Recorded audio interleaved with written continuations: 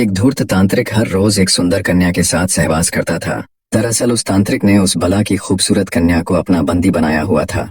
उस धूर्त तांत्रिक के पास जल के दो कलश थे, जिनमें जादुई जल था। तांत्रिक उनमें से बाएं कलश की पानी की कुछ बूंदें लेकर जब उस सुंदरी पर छिड़कता तो वो एक बंदरिया बन जाती, और जब दाएं तरफ रखे कलश के पानी के कुछ छींटे कन्या रूपी उस बंदरिया के ऊपर फेंकता तो वो वापस अपने असली रूप में आ जाती। ये सब बहुत लंबे समय से चलता आ रहा था। साधु जब दिन में बाहर जाता तो उस सुंदरी को बंदरिया बना देता, और जब रात में वापस अपनी कुटिया में लौटता तो फिर से उसे सुंदर कन्या बना देता और उसके साथ खेलता।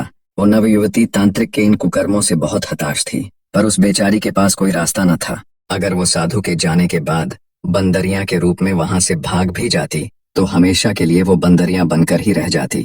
अब कम से कम रात के समय तो उसे अपना असली रूप मिलता है। मन में ये विचार आते ही वो वहां से भागने का इरादा त्याग देती। समय बीतता गया। संयोगवश एक दिन शिकार की तलाश में घूमते घूमते राजा विक्रमादित्य उस घने जंगल में आ पहुंचे। जब वो प्यास से बेहाल घोड़े से उतरकर पानी पीने के लिए उस धूर्त तांत्रिक की कुटिया के सामने बने एक कुएं के पास पहुंचे तो उनकी नजर पेड़ की डाल पर बैठी उस बंदरिया पर पड़ी। शुरू में तो राजा विक्रमादित्य ने उसे एक साधारण बंदरिया ही समझा, पर राजा विक्रमादित्य को देख उस बंदरिया ने उछल कूद शुरू कर दी। जब राजा विक्रमादित्य ने उसकी ये हरकत देखी तो उस पर गौर किया तो महसूस हुआ जैसे वो बंदरिया अजीब ढंग से उछल कूद करते हुए उनसे कुछ कहना चाहती है।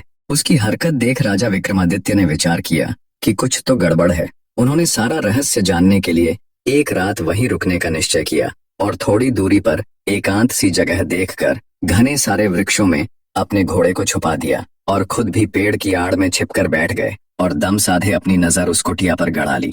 जब शाम का समय हुआ तो राजा विक्रमादित्य को एक तांत्रिक आता हुआ दिखाई दिया। वो सीधा कुटिया के द्वार पर गया और उसने बंदरिया को इशारा किया। बंदरिया झट से साधु के पास आ गई। उसने वहां रखे दाएं कलश से बंदरिया के ऊपर पानी के छींटे मारे तो वो एक अति सुंदर स्वर्ग की अप्सरा बन गई। तांत्रिक तभी उस अप्सरा को ले कुटिया के अंदर चला गया।